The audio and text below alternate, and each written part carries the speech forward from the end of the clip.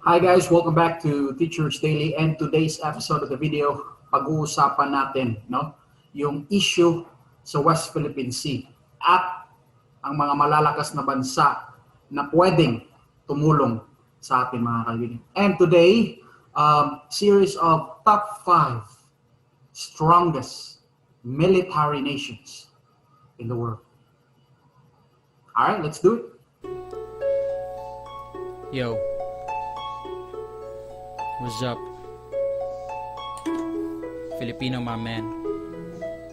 Ako si Po mga kapatid, we have a big problem in West Philippine Sea ngayon mga kaibigan, commonly known as South China Sea. We've been confronted with the challenge kung anong gagawin ng bansa natin laban sa mapangahas at mapangabusong China po mga kaibigan. And I do not think that's only the problem of the government. I also believe that is also a problem to be solved by the Filipinos. Kasi kung meron mang mangyayari sa bansa natin ngayon, we are involved in that process po mga kaibigan. Well, first, we have to know our enemies and we also have to know our allies po mga kaibigan. And today, tutulungan ko po kayo kung paano alamin kung sino-sino ang mga bansang ito na may pinakamalalakas na weaponry, soldiers, pinakamalaki sa buong mundo. And we'll talk about that today with my presentation po mga kaibigan. But before we start, please don't forget to share and hit like this video po mga kapatid. Alright, let's start. I want you to guess po mga kaibigan, today's episode, top 5 strongest military in the world. A glimpse of the new world po mga kapatid. Database na ginagamit natin ngayon, 2017. Alright? So, here we go. I want you to guess mga kapatid kung sino ang mga bansang ito. Number 1, they are top 5 na lumalaban para sa bayan. Gaya ng ating mga Pilipino po mga kapatid. Alright? So, let's do it. They're known as the Caucasian Royals of Europe and entire world po mga kapatid. They have they are known to be one of the strongest empires in the modern world po mga kaibigan. They have 146,980 active personnel in the military today, and they also have 182,000 reserve personnel in the process. I want you to guess po mga kapatid, their common weaponries. We have the Challenger 2, one of the strongest tanks in the world. Well, actually, this was built by the United States of America just for this nation po mga kaibigan. Alright? They have 407 war tanks in service today, ready to fight mga kaibigan. So, anong bansa kaya ito? Next is, they also have been known for the RAF F-35, in the World War II, that's commonly known as the Royal Air Force, who saved London against the rampaging Germans at that time po mga kaibigan. They have 936 air fighters willing to fight, and pilots. This country has been known for their air fights mga kapatid. They fought the Luftwaffe in World War II and they won that war against Germans mga kaibigan. And they also have the Queen Elizabeth class aircraft carrier, the only aircraft carrier this nation has. Look how big that carrier is. It can actually, let's count how many airplanes is that? 1, 2, 3, 4, 5, 6, 7, 8, 9, 10, 11, 12, 13, 14, 15, 16, 17, 18, 19, 20 in one helicopter. So, an aircraft carrier can hold a total of 20 planes together. So, murag ganito kalakas ang bansa nito. And I hope you guess what nation is this mga kapatid. And they have 66 naval warships available in the English Channel today. And their number one weapon is the weapon of supremacy. Their nuclear submarines mga kaibigan, that's actually that's one of the best nuclear-powered submarines in the world today, mga kapatid. So, lo and behold, the Queen, Great Britain, or commonly known as today United Kingdom. They have many names in history. United Kingdom, Great Britain, that's an old name, so they're commonly known today as United Kingdom. The mistress of the sea. The only nation in the world who defeated the Spanish Armada. That's number 5. Top 5 strongest yan, mga kapatid. Now let's go to the next nation pwedeng lalaban sa ating mga kaibigan. Here we go. The top 4. Sino kaya? Top 4 strongest nation in the world, the Bombay's, mga kaibigan. You know this nation, they have been with us for a very long time. Their culture is with us, and lagi tayong umuutang sa kanila na hindi naman natin binabayaran. Alright, they have 1,325,000 active personnel in the service. They also have 2,143,000 reservists in the process, mga kaibigan. One of the largest nations in the world. They've been known for their Arjun, that's their own tank, made by the Indian people. That's Arjun, mga kaibigan. Although most of the equipments right here are actually bought from Russia. So they have 6,464 ready tanks.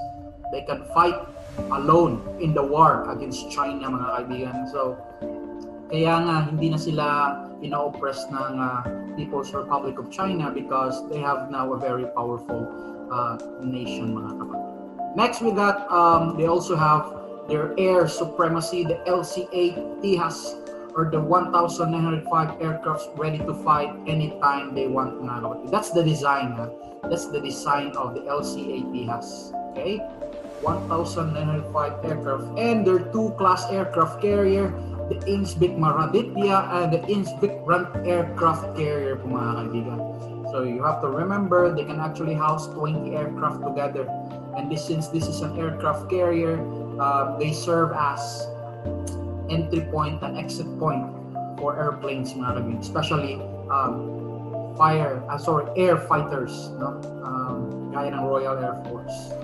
So that's their naval warships, mga kapatid. They have 202 naval warships guarding the Indian Ocean, mga kaibigan. That's how strong India is. And many of you here are actually trying to discriminate India, but they are the powerhouse in the world as of this moment, mga kaibigan. And you should be afraid, kasi top 4 sila sa isa sa mga pinakamalalakas na bansa sa buong mundo.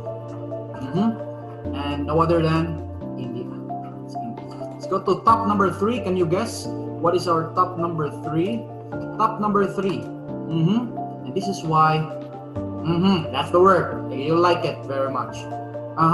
This is how strong China is. The current manpower and military budget as of the moment is $126 billion. That's the second, pinakamalaking budget sa buong mundo for this nation. Second after United States of America. They have 2,333,000 active personnel.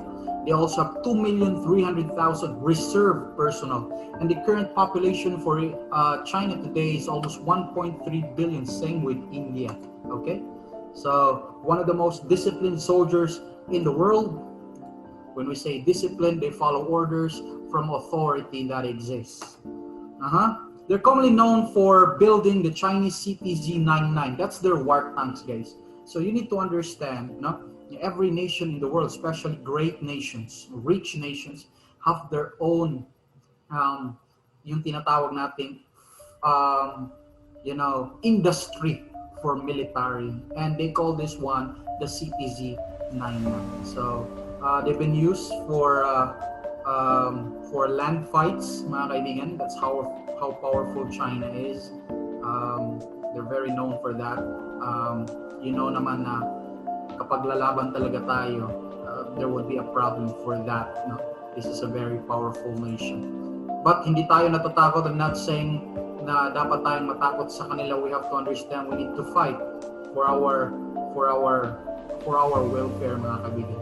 Kahit bolo lang gamit natin, kakayanin natin yan. That's a total of land systems of 9,150 active. No? Naka-change oil yan lahat. Kasi hindi yan change oil, hindi yan magagamit. Nakapag-change oil yan lahat, 9,150. Now, let's look at air supremacy.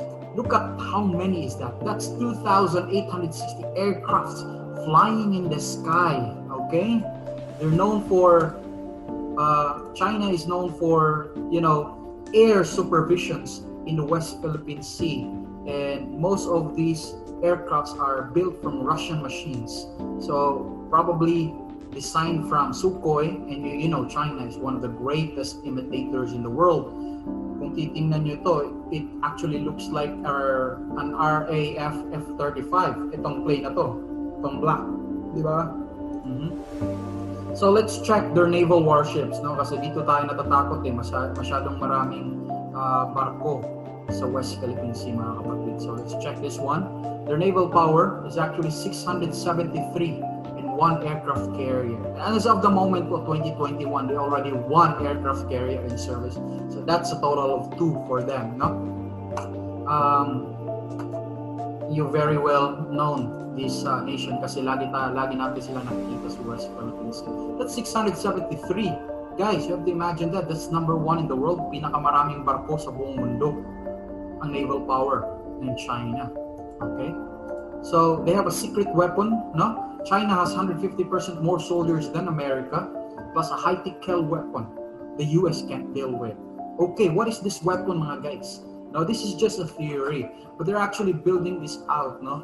It's a leaked information from China.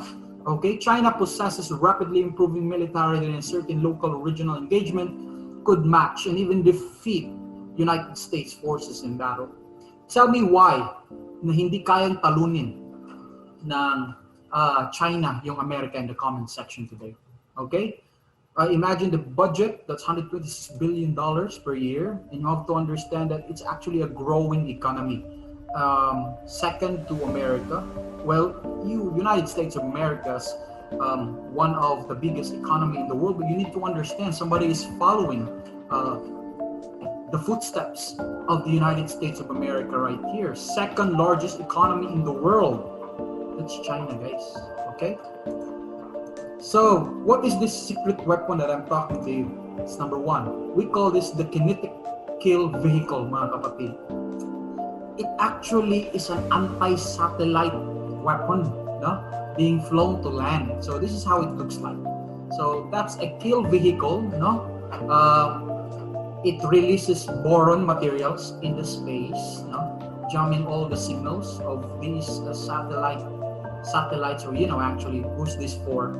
They're actually fighting the United States of America's technology. So that could be a good reason that they are creating this vehicle, guys, so that they can destroy the God Rod, the God Rod in the space today. So this is what I'm talking to you about. This is actually United States technology. That's yan yung mga bagay na dapat nilang patayin sa ibabaw ng space, ibabaw ng mundo, guys. They created this object to counter, as a countermeasure to United States technology. So that's it, guys. If you want to check, this is the economy of China. But we need to we don't need to deal with that. No, we're talking about military here. So, well, politics and economy plays a very important role in the process. Everybody knows that. Number 2, who do you think ang isa sa pinakamalakas na bansa sa buong mundo? And I think you know this. Soldier doesn't dribble, becoming a general is a bad one. Wow. Coming from the Red Army. The Red Army is known for being the rival of the US technology and US military in the world. Now let's check kung anong meron sa Russia. It's known as the Iron Curtain's military power. Iron Curtains refers to the Russian Federation or the Soviet Union long time ago. No? They have one of the largest military powers, largest military infantry in the world, and you have to understand that they're actually well equipped, well trained in all process, like any SEALs, US SEALs in America.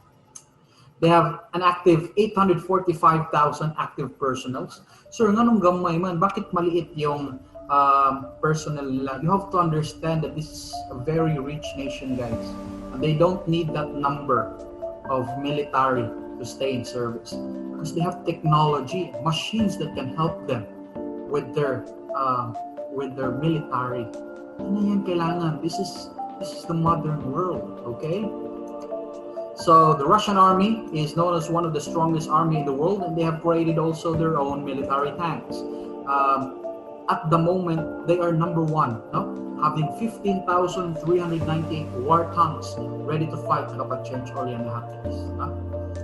15,000, and the infamous Russia's radical Sukhoi S-37 fighter plane, which is an equivalent to F-35 from US. That's how it looks like. Okay, very small but very fast. They have a total of 3,429 total aircrafts today. That's so big, no? And as of 2017 yan na data, how much more today, no? There are so many conflicts that happened in the past, maybe nakapag-prepare na sila ng mas malaki pa nito. And we are good friends of Russia, so we don't worry about it, okay? So, they also have the Admiral Kuznetsov. That's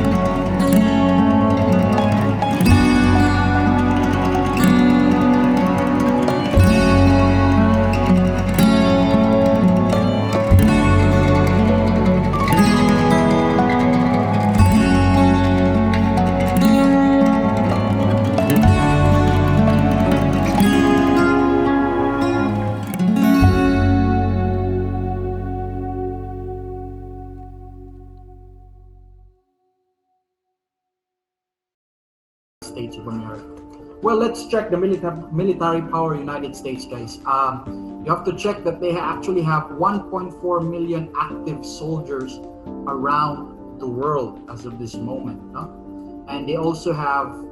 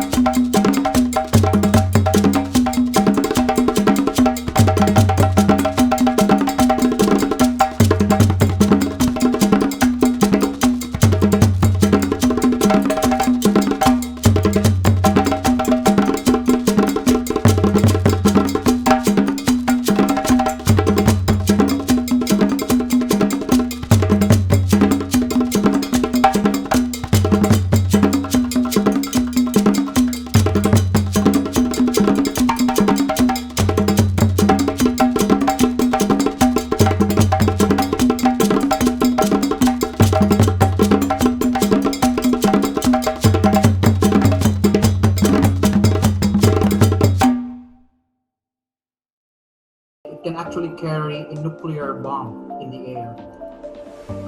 Now let's also check the naval warships. What do America have? Actually, America have what they call the 7 fleets. 7 fleets representing the 7 oceans of the world. So the 7th fleet is actually in the Pacific. Okay, they have 473 naval warships, 20 aircraft carriers, and 72 submarines. They are actually nuclear powered, all of it. So they can last for 100 years until decommissioned by the United States Navy. So to be honest with you, aside from aircraft, they are also the number 1 naval military in the world. And we call this one the 90,000 tons of diplomacy. They have this type of aircraft na tinatawag nilang Nimitz class carriers. They do actually have 7 of them. No? It's so big that it can actually be compared to an island in Pacific. So big than that, it actually covers the entire port of New York City. But they actually created one of the best as of this moment, yung tinatawag nilang the Gerald R. Ford class. One of the largest, it's 100,000 tons. It actually hires 5 to 10,000 people. It's basically an island already. It's basically an island. So, you need to understand the United States of America is known as the world police.